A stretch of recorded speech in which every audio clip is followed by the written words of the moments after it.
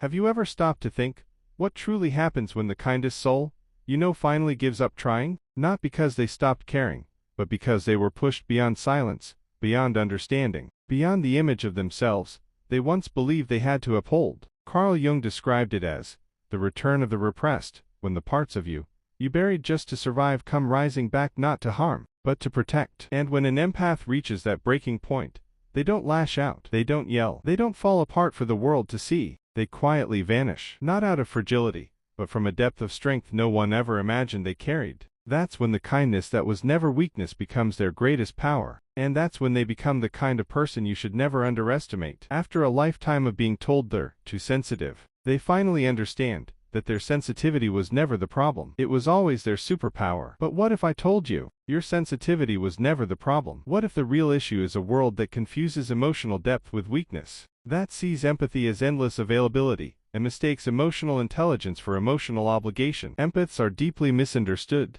not because they're wrapped in some mysterious complexity, but because their real power stays hidden, until the day it breaks through the walls they built to survive. On the surface, you look calm, gentle, always the one offering a shoulder to cry on, a listening ear, a heart willing to carry someone else's pain. You're the one people call at 2 a.m. when their life is unraveling. But who do you call when yours is? You take on burdens that were never yours to begin with, shouldering the consequences of choices you didn't make. You hold emotional space for others, especially when they refuse to feel it themselves. You become a container for grief that was never yours to carry, for anger that was never processed, for fears that were never faced. You forgive betrayals that would break most people beyond repair. You rationalize behavior you wouldn't dare accept from yourself. And you keep offering chances to those who've already revealed exactly who they are. You've turned yourself into a refuge for everyone else's pain, while your own wounds remain hidden, unseen, untouched, unloved. Carl Jung called this kind of inner split a fracture in the psyche, a painful tension between the face we show the world and the shadow we bury deep,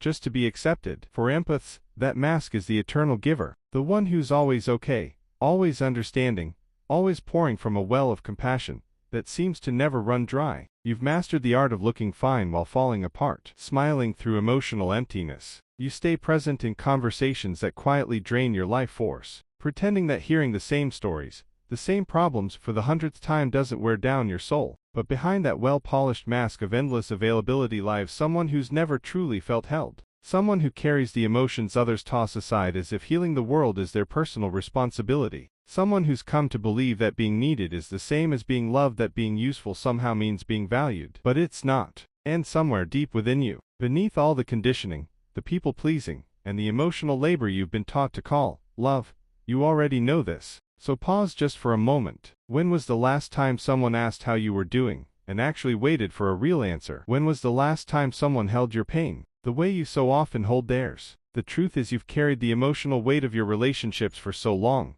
you've forgotten what it feels like to be carried. You've spent so long being everyone else's safe harbor that you've forgotten you deserve shelter from the storm too. You've been pouring from an empty cup for so long, you can't even remember what it felt like when it was full. You've loved others more than you've ever allowed yourself to be loved for so long that self-love now feels unfamiliar, selfish, even wrong. And then something inside quietly begins to collapse. Not loudly, not publicly, but fully. Yet what follows is not weakness. It's not a breakdown, even if it feels like one. It's the beginning of the most profound transformation you'll ever know. It's your soul finally saying, no more. It's your psyche refusing to split itself into pieces just to keep the peace. It's the dangerous, powerful awakening to your own worth, the collapse you never noticed. This shift doesn't come with a dramatic flair. There's no big announcement, no thunderclap of realization. It happens quietly in the small moments, when you finally choose yourself. It doesn't start with a grand declaration. It begins in whispers, subtle shifts that others brush off as mood swings, burnout, or just a phase. You stop replying to texts the moment they come in. Messages that once triggered anxiety, the fear of keeping someone waiting, now sit unopened for hours, maybe even days. You let calls go to voicemail, and for the first time, you don't feel guilty about it. You pull back from conversations that used to drain your emotional reserves. You no longer feel the need to fill every silence or smooth over every awkward pause. You stop laughing on cue. Stop smiling just to make others feel more comfortable. Your body is still there, but your spirit has taken a quiet step back, creating distance between who you are and who you've been pretending to be. This is what Jung called the tension of opposites, the inner pressure of holding both your light and your shadow, your love and your quiet resentment, in the same breath, hope and disappointment, care and exhaustion. You've been holding both, all at once, until something deep inside you simply can't anymore. You're still loving, still kind, still deeply feeling, still empathetic. But now those qualities come from wholeness, not emptiness, from conscious choice,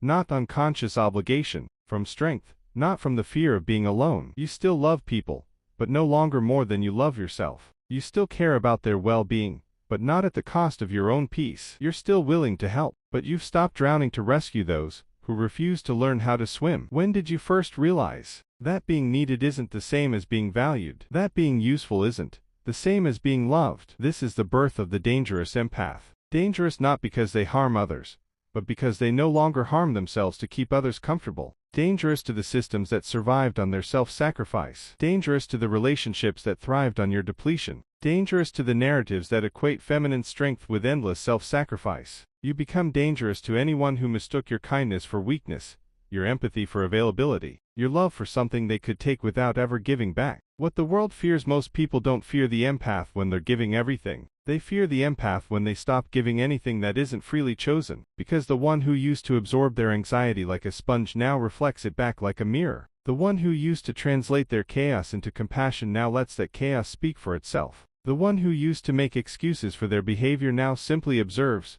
without fixing, without justifying, without softening the blow. And that terrifies the ones who built their emotional balance on your imbalance, their comfort on your discomfort, their peace on your quiet surrender to their chaos. Carl Jung once wrote, "The privilege of a lifetime is to become who you truly are." Carl Jung for the empath, that moment of becoming isn't loud. It arrives in silence, and once it does, there's no going back. It doesn't need a grand announcement. No justifications. No explanations. It simply is. Sura's family noticed the shift during their next holiday gathering. For 20 years, she had unconsciously played the role of emotional mediator, diffusing tension before it sparked, absorbing dysfunction and spinning it into artificial peace. But this time was different. When her uncle made his usual passive-aggressive remark about her mother's cooking, and her mother responded with that familiar, wounded martyr act, Sarah did something quietly revolutionary. She kept eating. She didn't decode the subtext. She didn't jump in to soothe or explain. She didn't shield her mother's feelings, or try to soften her uncle's judgment. She didn't step into the old, familiar role of emotional first responder, the one who patched wounds no one acknowledged, who diffused tension before it erupted. Instead, she let the discomfort exist. The silence hung in the air, heavy with unspoken resentment and emotions no one dared to name. All eyes turned to Sarah, expecting her to do what she always did, wave her magic wand of empathy and make everything okay again. But this time, Sarah had put the wand down. She was no longer available to turn other people's emotional immaturity into polite conversation. Later, her aunt leaned in and whispered to her mother, loud enough for Sarah to hear, "Sarah seems different. Cold. Distant. Not like herself." But Sarah wasn't cold. For the first time in her life, she was finally warm, toward herself. This is what makes the integrated empath so unsettling to systems built on silent sacrifice and emotional labor. You begin guarding your peace more fiercely than you ever guarded your reputation. You stop translating other people's chaos into your own responsibility. You still feel their discomfort, but you no longer treat it as your emergency to fix. You begin choosing solitude over performance, authenticity over approval, your own validation over their permission. You develop what I call selective empathy. You still feel deeply, but you're no longer driven to act on every emotion. You can sense someone's pain, without automatically assuming it's your responsibility to fix it. You can witness someone's struggle, without collapsing under its weight. To the outside world, especially to those who once benefited from your constant self-sacrifice, this new version of you may look cold, detached, even cruel. But to those who've spent a lifetime starving emotionally while feeding everyone else, this is what self-respect looks like. This is psychological sovereignty. You're no longer sitting around, hoping to be chosen, because you've finally chosen yourself. Let me tell you about Marcus, another example of this quiet, radical transformation. He was the friend who always picked up the check, always offered his couch to anyone going through a breakup, always said yes to plans, even when he was running on empty. Marcus' apartment had become a revolving door,